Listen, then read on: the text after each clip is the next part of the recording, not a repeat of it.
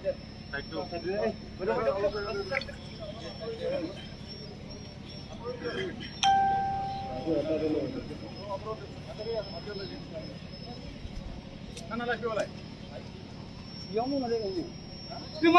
72 स्वाधीनता दिवस प्रेस समारोह निरीक्षण के लिए हाजिर है।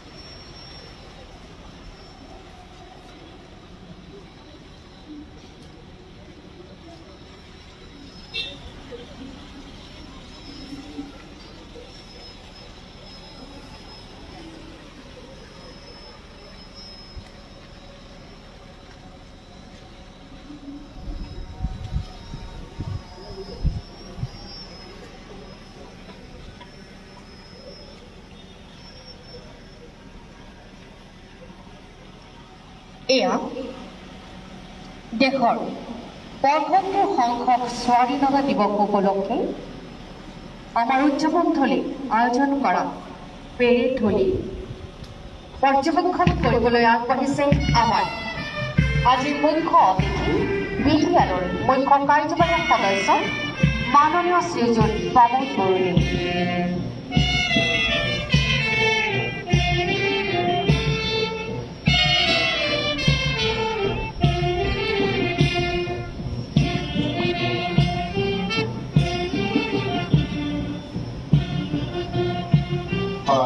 teman-teman, besok गुबुन पुलिस कन्टिजेन्टफोरनि माखासे बाहागो लानाय कन्टिजेन्टफोरनि दिन्थिफुंनायखौ बिटिआरनि मानव गेदेर गाहाय खुंगिरि प्रमोद बर' बिथाङा दा नायगिदिंगासिनो दङ।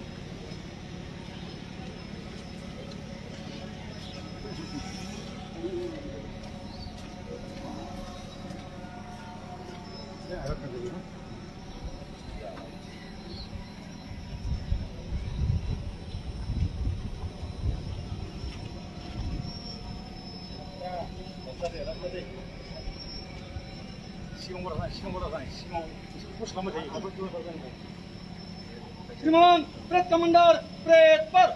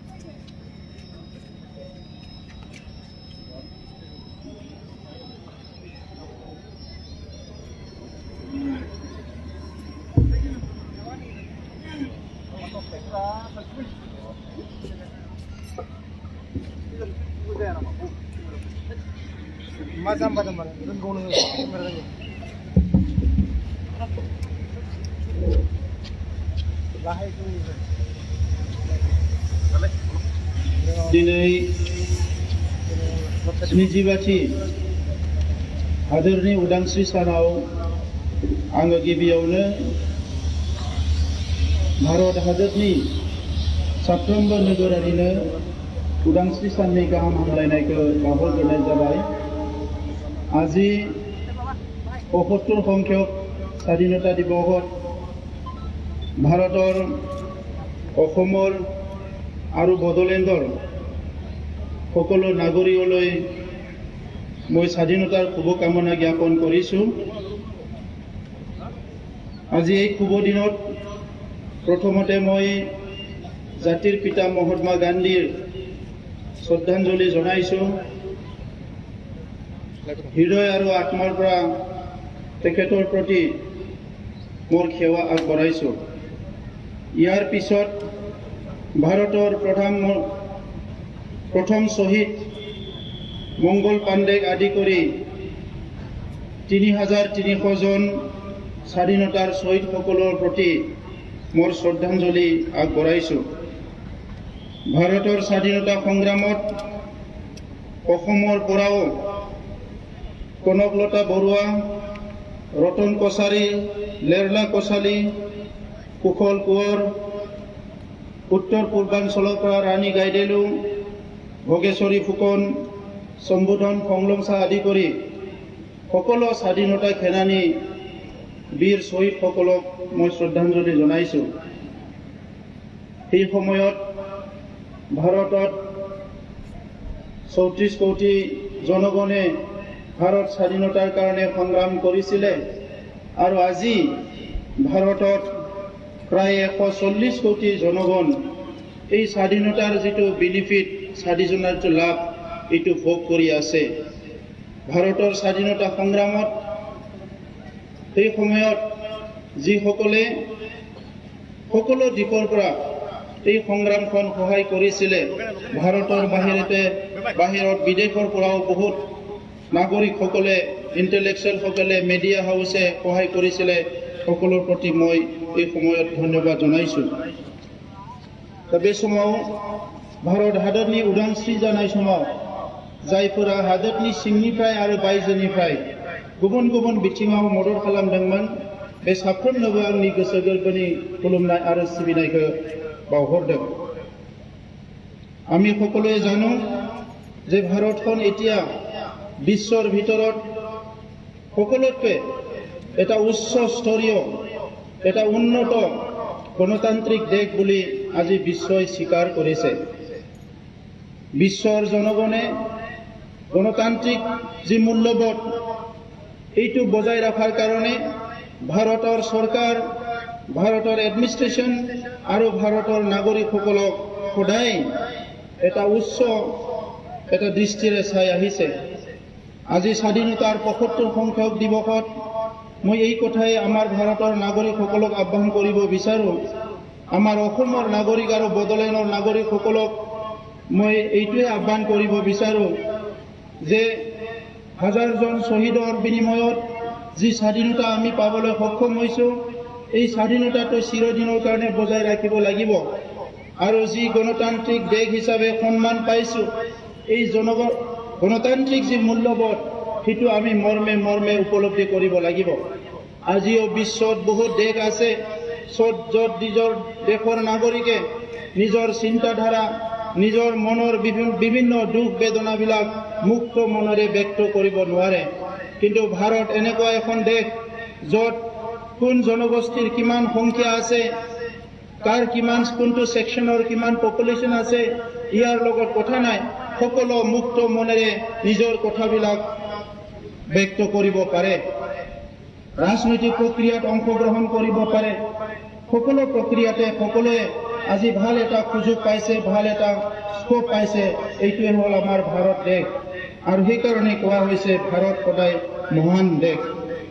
আমি সকলোৱে জানো পণ্ডিত জৱাহৰলাল নেহৰু ভাৰতৰ প্ৰথম প্ৰধানমন্ত্ৰী যেনে ভাৰতখন এখন ৱেলফেয়াৰ ষ্টেট বনাম বুলি কৈছিলে।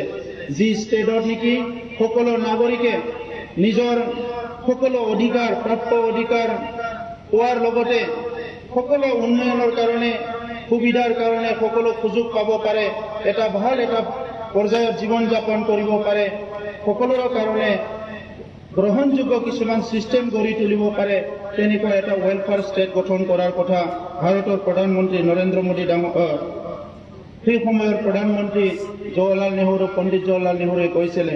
আৰু আজিৰ প্ৰধানমন্ত্ৰী জৱাহৰলাল নেহৰু ডাঙৰীয়াই কৈছে যে ভাৰতখন আত্মনিৰ্ভৰ ভাৰত হ'ব লাগে আৰু স্বচ্ছ ভাৰত হ'ব লাগে। এজন প্ৰধানমন্ত্ৰীয়ে আৰম্ভ কৰিছিলে দেশ গঢ়াৰ কাৰণে, আনজন প্ৰধানমন্ত্ৰীয়ে এতিয়া ভাৰতবৰ্ষত বিশ্বৰ এটা শক্তিশালী দেশ হিচাপে আৰু ইণ্ডিপেণ্ডেণ্ট যেটা চিন্তাধাৰাৰে এটা স্বতন্ত্ৰতা মনোভাৱেৰে দেশখন আগুৱাই নিয়াৰ কাৰণে ভাৰতৰ প্ৰধানমন্ত্ৰী নৰেন্দ্ৰ মোদী ডাঙৰীয়াই আজি কৈছে যে আত্মনিৰ্ভৰ ভাৰত। এতিয়া ভাৰতে আৰু বেলেগৰ ওপৰত নিৰ্ভৰ কৰিব নালাগে।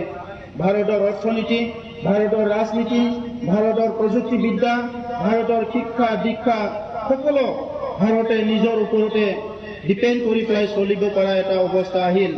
আৰু ইয়াৰ লগতে ভাৰতৰ প্ৰধানমন্ত্ৰী নৰেন্দ্ৰ মোদী ডাঙৰীয়াই স্বচ্ছ ভাৰতৰ কথা কৈছে।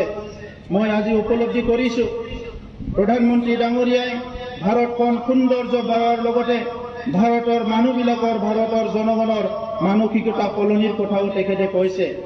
আজি ভাৰতখন আমাৰ টাউন চহৰ গাঁৱে ভূঞে সকলো আমাৰ সকলো নিৰ্মাণ কৰা কাৰ্যই হওক বা বিভিন্ন স্কুল কলেজ অনুষ্ঠান প্ৰতিষ্ঠান আমি চাফ চিকুণ কৰি ৰাখিব লাগিব। আমি সভ্যতাৰ শীৰ্ষত জীৱন যাপন কৰি আছোঁ, কিন্তু ইয়াৰ লগতে আজি মানৱ জাতিৰ ডাঙৰ সমস্যা হৈছে আমি মানৱতাটো সলনি কৰিব লাগিব। আমাৰ হিংসাত্মক চিন্তাবিলাক বাদ দিব লাগিব। সকলো ধৰণৰ হিংসাটো আমি বৰ্জন কৰিব লাগিব। আজি আমাৰ সমাজত ড্ৰাগছ আহিছে, মদ ভাং জুৱা, এটা জনগোষ্ঠী আনটো জনগোষ্ঠীৰ প্ৰতি এটা বেয়া চিন্তা, বিভিন্ন ধৰণৰ প্ৰক্ৰিয়া আমাক গ্ৰাস কৰি পেলাইছে। আজি ট্ৰাফিকিঙৰ কাৰণে কোন ল'ৰা ছোৱালী আমাৰ আজি ভিক্টিম হ'ব লগা হৈছে। আৰু সেই ট্ৰাফিকিং কৰা মানুহবিলাকক কোনোবা নহয় কোনোবা জনগোষ্ঠীৰ কোনোবা অঞ্চলৰ কোনোবা ব্যক্তি হয়। আজি মানসিকতাটো স্বাস্থ্য হ'ব লাগিব, আমাৰ চিন্তাধাৰাটো স্বাস্থ্য হ'ব লাগিব। সেইকাৰণে প্ৰধানমন্ত্ৰী নৰেন্দ্ৰ মোদী ডাঙৰীয়াক মই ধন্যবাদ জনাইছোঁ। তেখেতে ভাৰতৰ জনগণক চকু মেলাৰ কাৰণে যি এটা ডাঙৰ এটা কোটেশ্যন তেখেতে আগবঢ়াইছে স্বচ্ছ ভাৰতৰ লগতে আত্মনিৰ্ভৰ ভাৰত, ইয়াৰ কাৰণে মই তেখেতক ধন্যবাদ জনাইছোঁ। শ্ৰদ্ধা ৰাইজ, আমি এতিয়া ভাৰতখন অকল গণতান্ত্ৰিকভাৱে শক্তিশালী কৰিলে নহ'ব। ভাৰত এখন জ্ঞানৰ দেশ বুলি বিশ্বই স্বীকৃতি দিয়ে। ভাৰতত ৰীতি নীতি সংস্কৃতি বিশ্বৰ ভিতৰত প্ৰথম আৰম্ভ হৈছিলে। সেই ৰীতি নীতি সংস্কৃতিবিলাক আমি সদায় জীয়াই ৰাখিব লাগিব। স্পিৰিচুৱেলিটিটো সদায় আমি বজাই ৰাখিব লাগিব। ভাৰত এখন এনেকুৱা দেশ যি ভাৰতে নেকি নন ভাইলেনৰ গুৰু মহামানৱ মহাত্মা গান্ধীক জন্ম দিছিলে। এই ভাৰত দেশৰ আমি নাগৰিক, আৰু ভাৰত দেশৰ নাগৰিক হিচাপে আমাৰ স্পিৰিচুৱেলিটিটো যিটো মানে আমি কওঁ যে আমাৰ নিজৰ যিটো আধ্যাত্মিকতা সেইটো সদায় আমি বজাই ৰাখিব লাগিব। এজন মানুহে আনজন মানুহক মৰম কৰিব লাগিব, সন্মান কৰিব লাগিব, ওচৰ চুবুৰীয়াক মৰম কৰিব লাগিব, সন্মান কৰিব লাগিব। আৰু সেইকাৰণে কৈছে বাসুদেৱ কুটুম্বকাম, আমি গোটেই বিশ্বৰ মানুহক মৰম কৰোঁ, সকলোকে আমি নিজৰ বুলি ভাবোঁ, এক বিশ্ব বুলি আমি যদি ভাবোঁ, সেইকাৰণে আমি এই কথাটো বজাই ৰাখিব লাগিব। এই কথাটো ভাৰতৰ ক্ষেত্ৰত কৈছে, কিন্তু বড়োলেণ্ডৰ ক্ষেত্ৰত মই আজি ক'ব বিচাৰিছোঁ আমাৰ বিভিন্ন জাতি জনগোষ্ঠীৰে ভৰপূৰ এই সুন্দৰ বড়োলেণ্ডখন ক্ষুদ্ৰ এটা অঞ্চল। এই অঞ্চলত দশকৰ পৰা দশক ধৰি বিভিন্ন হিংসাত্মক কাৰ্যকলাপ হৈ গ'ল। এটা জনগোষ্ঠীয়ে আনটো জনগোষ্ঠীৰ প্ৰতি কিছুমান বেয়া আচৰণ দেখুওৱা কিছুমান তেনেকুৱা কথাবিলাক আমাৰ মাজত হৈ গ'ল, যিয়ে নেকি আমাৰ সামাজিক বন্ধনটো আমাৰ ইণ্টিগ্ৰিটিটো এফেক্ট কৰিছে। আৰু আজি সময় আহিছে আমি সেই কথাবিলাক বাদ দি সেইবিলাক বৰ্জন কৰি এটা সুস্থ সমাজ গঢ়ি তোলাৰ স্বাৰ্থত এটা জনগোষ্ঠী আনটো জনগোষ্ঠীক মৰম স্নেহ বিশ্বাসেৰে আমি ল'ব লাগিব। সকলোৰে ভাষা জীয়াই থাকিব লাগিব, সকলোৰে সংস্কৃতি জীয়াই থাকিব লাগিব, তেতিয়াহে আমি ভাৰতৰ সুস্থ নাগৰিক হিচাপে জীয়াই থাকিব পাৰিম।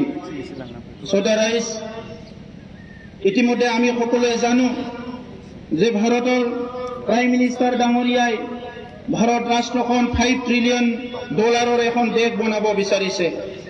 আমাৰ দেশখন যেতিয়া স্বাধীন হৈছিলে প্ৰথম যেতিয়া বাজেট হৈছিলে তাত 2000 কোটি টকাৰ বাজেট হৈছিলে আৰু আহি আজি আমাৰ প্ৰধানমন্ত্ৰীয়ে ভাৰতবৰ্ষখন অৰ্থনৈতিকভাৱেও আগুৱাই লৈ যোৱাৰ কাৰণে তেখেতে 2025 বছৰৰ ভিতৰত $3 ট্ৰিলিয়ন এটা $5 ট্ৰিলিয়ন এটা কাণ্ট্ৰি হিচাপে গঢ় দিয়াৰ কাৰণে কথা কৈছে আজি আমাৰ সকলোৰে ওপৰত দায়িত্ব আহিছে আমি তেখেতৰ সপোন আৰু গান্ধীজীৰ সপোনটো পূৰা কৰাৰ কাৰণে ভাৰতৰ প্ৰত্যেকজন নাগৰিক অসমৰ নাগৰিক আৰু বড়োলেণ্ড নাগৰিকে কৰ্মমুখী হ'ব লাগিব আমাৰ শিক্ষা দীক্ষাৰ সংস্কাৰ আনিব বিচাৰিছে নতুন এডুকেশ্যন পলিচি আজি ভাৰত চৰকাৰে আনিছে বড়োলেণ্ডতো আমি নতুন বড়োলেণ্ড শিক্ষা নীতি এটা আনিব বিচাৰিছো আৰু ইয়াৰ মূল উদ্দেশ্য হৈছে আমাৰ science and technology agriculture manufacture যেটো আমি প্ৰডিউস কৰোঁ আৰু স্কিল মেন পাৱাৰ আমি আমাৰ মাজত ডেভেলপ কৰিব লাগিব ভাৰতখন এখন ইয়ং দেশ বুলি কৈছে ইয়াৰ বেছি সংখ্যক মানুহে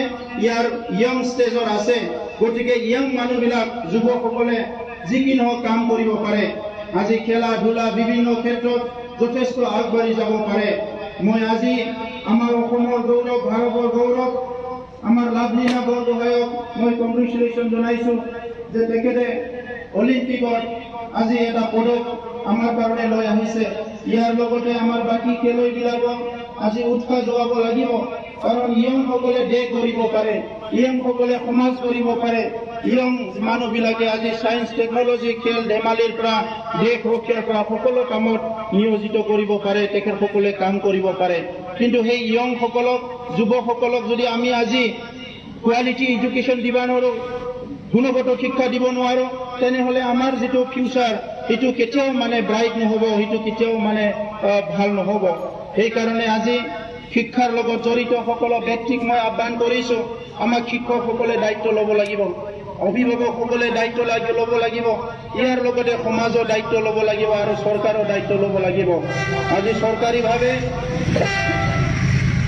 বড়োলেণ্ডৰ কেজি টু পিজি শিক্ষাটো ঠিক কৰিবৰ কাৰণে বড়োলেণ্ড চৰকাৰে সকলো দিশৰ পৰা আমি চেষ্টা চলাই আছো এই সকলো উদ্দেশ্যত এই সকলো কামত সকলো দিশৰ পৰা সহায় কৰিব বুলি মই আমাৰ জনগণৰ ওপৰত আশা কৰিছো আমাৰ অসম ৰাজ্যখনৰ কথা আপোনালোকে সকলোৱে জানে গোপীনাথ বৰদলৈৰ পৰা ডক্টৰ হিমন্ত বিশ্ব শৰ্মালৈকে বহুত ভাল নেতা আমি অসমত পাবলৈ সক্ষম হৈছো এই সময়ত অসমৰ ভূখণ্ড ৰক্ষণাবেক্ষণ অসমৰ জনগণৰ ভাষা সংস্কৃতি ৰক্ষণাবেক্ষণ লৈ পেলাই স্বাধীনতাৰ সময়ত আমাৰ অসমৰ নেতাবিলাক বিভিন্ন ধৰণে সংগ্ৰাম কৰিছিলে আৰু ইয়াৰ পিছত আহি আজি অসমৰ মুখ্যমন্ত্ৰী ডক্টৰ হিমন্ত বিশ্ব শৰ্মা ডাঙৰীয়াৰ নেতৃত্বত অসমখন ভাৰত ৰাষ্ট্ৰৰ ভিতৰত এটা উন্নত ৰাজ্য হিচাপে স্থাপন কৰাৰ কাৰণে চিন্তা চৰ্চা কৰা হৈছে মই আশা কৰোঁ তেখেতৰ ডাইনামিক লিডাৰশ্বিপৰ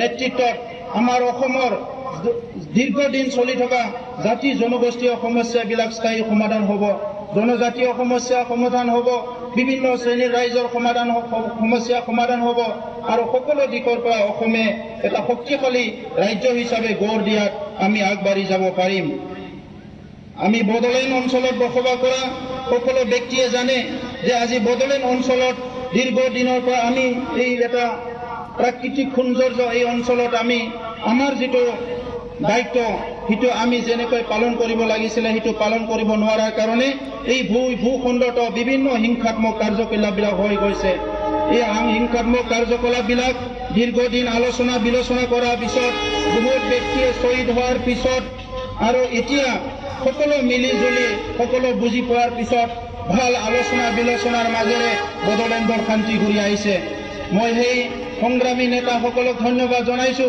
যিসকলে জাতিৰ স্বাৰ্থত ৰাইজৰ স্বাৰ্থত দেশৰ স্বাৰ্থত আজি ভাইলেন্সটো এৰি পেলাই হিংসাত্মক কাৰ্যকলাপ এৰি পেলাই মূল খুঁটিলৈ ঘূৰি আহিছে আৰু দেশ গঢ়াৰ কামত নিয়োজিত হ'বলৈ আজি তেখেতসকলে আগবাঢ়ি আহিছে এই সকলো ব্যক্তিলৈ মই ধন্যবাদ জনাইছো আমি সকলোৱে জানো যে শান্তি এটা ডাঙৰ শব্দ হয় এই শান্তি শব্দৰ দ্বাৰা সৃষ্টি হয় এই শান্তি শব্দৰ দ্বাৰাই আমি সকলো সমাজক একতাৰ এনাজৰীৰে বান্ধিব পাৰোঁ এই শান্তিৰ দ্বাৰা আমি সকলো মানৱ জাতিৰ যেটো প্ৰয়োজন সেই প্ৰয়োজনটো আমি পূৰা কৰিব পাৰোঁ সেইকাৰণে শান্তিটো সাষ্টেইনেবল হ'ব লাগিব চিৰ যুগমীয়া হ'ব লাগিব শ্ৰদ্ধা ৰাইজ মই সকলোকে আহ্বান কৰোঁ আমি বড়োলেণ্ডৰ শান্তি স্থাপন কৰাৰ কাৰণে যি দীৰ্ঘদিন ধৰি সংগ্ৰাম কৰি আহিছোঁ এইটো চিৰস্থায়ী কৰাৰ কাৰণে আপোনালোকে সকলো আগবাঢ়ি আহক মই সেইটো আহ্বান কৰিছোঁ।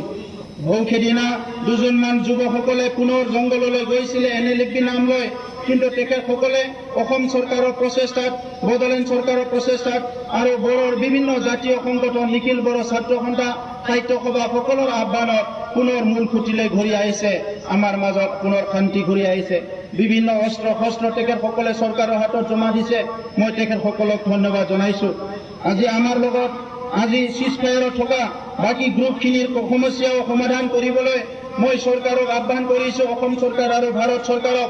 বড়োলেণ্ড অঞ্চলত আমি স্থায়ী শান্তি বিচাৰোঁ। সেইকাৰণে আমাৰ মাজত থকা যিটো আছে Santhali tiger force, Adivasi cobra militant, united Gorkha people's organisation, Adivasi people's army, Birsa commando force, Adivasi national liberation army আদি কৰি বিভিন্ন সশস্ত্ৰ সংগ্ৰামীবিলাকে আজি চিজফায়াৰত আছে। তেখেতসকলে দীৰ্ঘদিন ধৰি ভাৰত চৰকাৰ আৰু অসম চৰকাৰৰ লগত আলোচনা চলি আছে। মই অসমৰ বৰ্তমানৰ মুখ্যমন্ত্ৰী ডাঙৰীয়াই যিয়ে অসমক 100% শান্তি আনিবলৈ আজি দিনে নিশা কাম কৰি আছে, মই তেখেতক আহ্বান কৰিছোঁ এই সকল সংগ্ৰামীবিলাকৰ লগত অতি শীঘ্ৰে আলোচনা কৰি তেখেতসকলৰ সমস্যা সমাধান কৰি অসমখন 100% শান্তি ৰাজ্য গঢ় দিবলৈ মই তেখেতক আহ্বান জনাইছোঁ।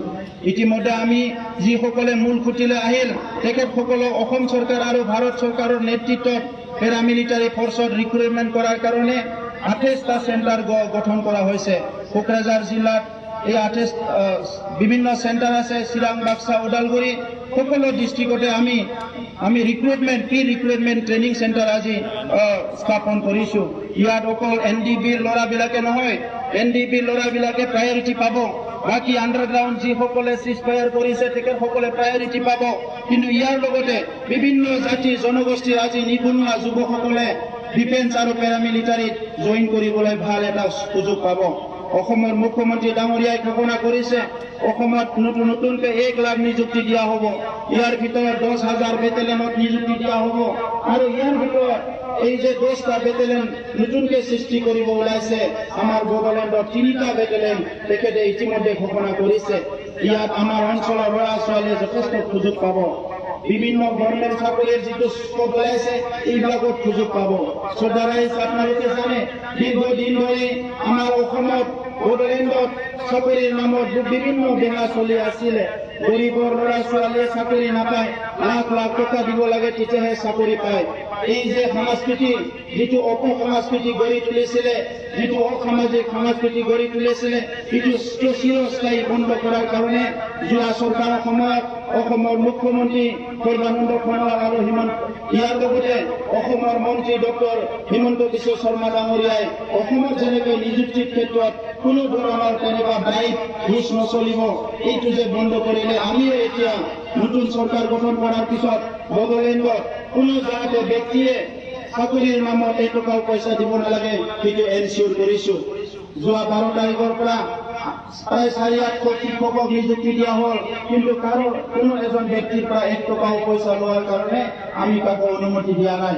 ইতিমধ্যে আমি চৰকাৰী তৰফৰ পৰা ষ্ট্ৰিক কৰি দিছোঁ, কোনোবা যদি সেই লেনা দেনা কৰে তেখেতসকলে জেললৈ যাব লাগিব, ইয়াত কোনো ৰেহাই দিয়া নহ'ব। শ্ৰদ্ধাৰাইজ, ইতিমধ্যে আমি বড়োলেণ্ডত নতুন চৰকাৰ অহাৰ পিছত কেইবা দশক ধৰি আমাৰ বিভিন্ন ছেকশ্যনৰ মানুহে ভুগি থকা সমস্যাবিলাক আমি উপলব্ধি কৰিছোঁ, আমি ষ্টাডি কৰিছোঁ আৰু সেই সমস্যাবিলাক ওলাই পেলাই সমাধান কৰাৰ কাৰণে এটা নতুন পথ ওলাইছোঁ। সেইকাৰণে আমি ক'বলৈ বিচাৰিছোঁ যেনেকৈ ভাৰতখন আজি ইয়ং মানুহৰ দেশ বুলি কৈছে, বড়োলেণ্ড যিটো চৰকাৰ আছে সেইটো ইয়ং এটা চৰকাৰ হয়। এই চৰকাৰ 20 বছৰ হোৱা নাই, আজি বড়োলেণ্ড চৰকাৰটো যুৱ এটা অৱস্থা পাইছে। সেইকাৰণে আমিও প্ৰধানমন্ত্ৰী, আমাৰ মহামানৱ প্ৰধানমন্ত্ৰী নৰেন্দ্ৰ মোদী ডাঙৰীয়াৰ যি এটা উদ্দেশ্য আত্মনিৰ্ভৰ ভাৰত গঠন কৰা, ইয়াৰ লগতে আমিও আত্মনিৰ্ভৰশীল আমি এটা BTR গঠন কৰাৰ কাৰণে এতিয়া এটা আঁচনি তৈয়াৰ কৰিছোঁ। সেই আঁচনিৰ দ্বাৰা ভাল বিদ্যালয় নিৰ্মাণ কৰা, গুড হেল্থ চিষ্টেমটো ডেভেলপ কৰা, ইনফ্ৰাষ্ট্ৰাকচাৰ ভাল এটা গঢ়ি তোলা আৰু ইয়াৰ লগতে এমপ্লয়মেণ্ট যিটো আছে সকলো শ্ৰেণীৰ মানুহৰ কাৰণে এমপ্লয়েবল বনোৱাৰ কাৰণে কিছুমান আঁচনি তৈয়াৰ কৰা হৈছে। আৰু সেই আঁচনিৰ লগতে এইটো এনচিঅৰ কৰিবৰ কাৰণে আজি গুড গভৰ্নেন্স ভাল এটা শাসন যন্ত্ৰ গঢ়ি তোলাটো বহুত দৰকাৰ হৈছে। মই অনুৰোধ কৰিব বিচাৰো, যিসকলে আজি চৰকাৰী চাকৰি পাবলৈ সক্ষম হৈছে, যিসকলে আজি চৰকাৰী বেনিফিট লৈ নিজৰ পৰিয়ালটো পুহি আছে, মই সকলো ব্যক্তিকে আজি অনুৰোধ কৰিব বিচাৰিছো যে আমাৰ পাব্লিকৰ স্বাৰ্থত, ৰাইজৰ স্বাৰ্থত, দুখীয়া মানুহৰ স্বাৰ্থত আমাৰ অফিচ আদালত কোৰ্ট কাছাৰীবিলাক ঠিকমতে চলিব লাগিব, দুৰ্নীতিমুক্ত হ'ব লাগিব। আজিও আমি দেখিবলৈ পাইছো স্বাধীনতাৰ ৭৫ বছৰৰ পিছতো বহুখিনি মানুহ আজি দৰিদ্ৰতাৰ সীমাৰে হাত কৰি আছে।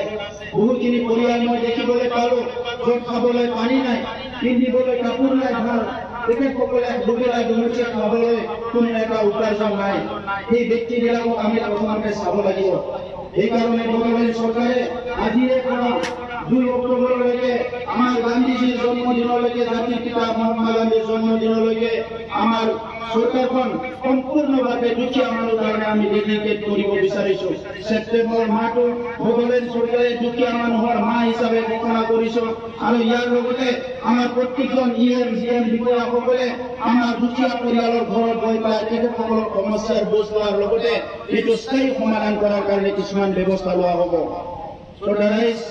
আমি 4খন ডিষ্ট্ৰিক্টত 4খন ভাল ষ্টেডিয়াম নিৰ্মাণ কৰিব বিচাৰিছো। 4খন ডিষ্ট্ৰিক্টত 4খন ভাল কনভেনশ্যন চেণ্টাৰ নিৰ্মাণ কৰিবলৈ বিচাৰিছো আৰু 4খন ডিষ্ট্ৰিক্টত প্ৰত্যেকটো জিলাত আমাৰ আজি ডিচি সকলৰ যিটো দায়িত্ব, সেইটো যাতে পাব্লিক ইণ্টাৰেষ্টত আমি আনিব পাৰো, ইয়াৰ কাৰণে কিছুমান ব্যৱস্থা লোৱা হৈছে। BTC চুক্তি ৰূপায়ণ হৈ আছে, ইতিমধ্যে আপোনালোকে গম পায়। BTC চুক্তি ৰূপায়ণ হোৱাৰ কাৰণে বড়ো মিডিয়ামৰ বিভিন্ন সমস্যা সমাধান হোৱাৰ লগতে বড়োলেণ্ড অঞ্চলৰ বিভিন্ন সমস্যা সমাধান হৈ আছে। আজি বড়োলেণ্ড চৰকাৰে 1,05,000 দুখীয়া মানুহৰ কাৰণে ঘৰ নিৰ্মাণ কৰিবলৈ গৈ আছো। এগ্ৰিকালচাৰ ক্ষেত্ৰত আমি অহা 2 বছৰৰ ভিতৰত প্ৰায় 100 কোটি টকা ইনভেষ্ট কৰি ইয়াৰ অৰ্গেনিক এগ্ৰিকালচাৰটো ডেভেলপ কৰিব বিচাৰিছো।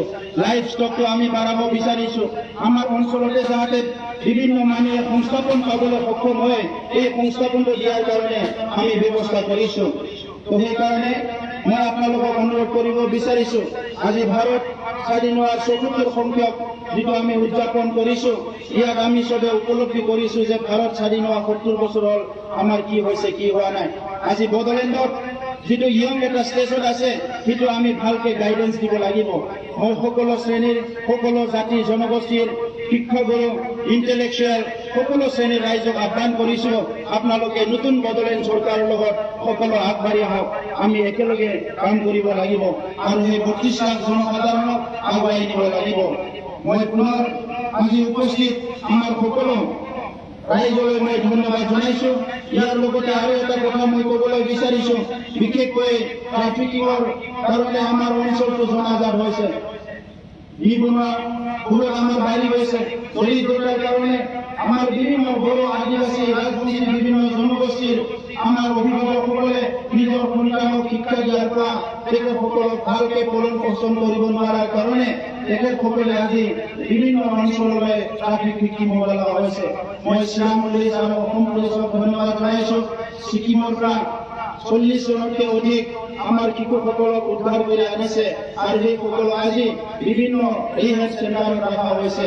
ইয়াৰ লগতে বিভিন্ন অঞ্চলত ট্ৰাফিকিং হৈ আছে, এইটো বন্ধ কৰাৰ কাৰণে সমাজে মানৱ সৃষ্টি হ'ব লাগিব। আমি আমাৰ সন্তান আমিয়ে চাব লাগিব। এই সন্তানটো অকল সেই দুখীয়া আই মাতৃ বা দুখীয়া পৰিয়ালৰ সন্তান নহয়, এইটো বড়োলেণ্ডৰ সন্তান, অসমৰ সন্তান আৰু ভাৰতৰ সন্তান। গতিকে প্ৰত্যেকজন সক্ষম ব্যক্তিক মই আহ্বান কৰিছো, তেনেকুৱা পৰিৱেশ পৰিস্থিতিক আপোনালোকে আগবাঢ়ি আহক। আমাৰ এই সমাজখন আমি আগুৱাই নিব লাগিব আৰু এটা ছেফ এটা জনক আনিব লাগিব। সেইকাৰণে আমি নতুন বড়োলেণ্ড কৰিবলৈ আহিছো। এই নতুন বড়োলেণ্ডটো ছেফ বড়োলেণ্ড হ'ব লাগিব, গ্ৰীণ বড়োলেণ্ড হ'ব লাগিব আৰু স্মাৰ্ট বড়োলেণ্ড হ'ব লাগিব। সকলো যাতে আগবাঢ়ি যাব পাৰে, শান্তিৰে থাকিব পাৰে। পুনৰ সকলো ব্যক্তিলৈ ধন্যবাদ জনাইছো আৰু আজি এই ক্ষণত বড়োলেণ্ডবাসী ৰাইজক স্পেচিয়েলি মই ধন্যবাদ জনাব বিচাৰিছো। আপোনালোকৰ সহায়ৰ কাৰণে আজি বড়োলেণ্ডত শান্তি স্থাপন কৰিবলৈ আমি সক্ষম হৈছো। আজি এই মুহূৰ্তত অসম চৰকাৰক মই স্পেচিয়েলি ধন্যবাদ জনাব বিচাৰিছো। আজি অসম চৰকাৰৰ তত্ত্বাৱধানত আমাৰ বহুখিনি কাম আগবাঢ়ি আছে।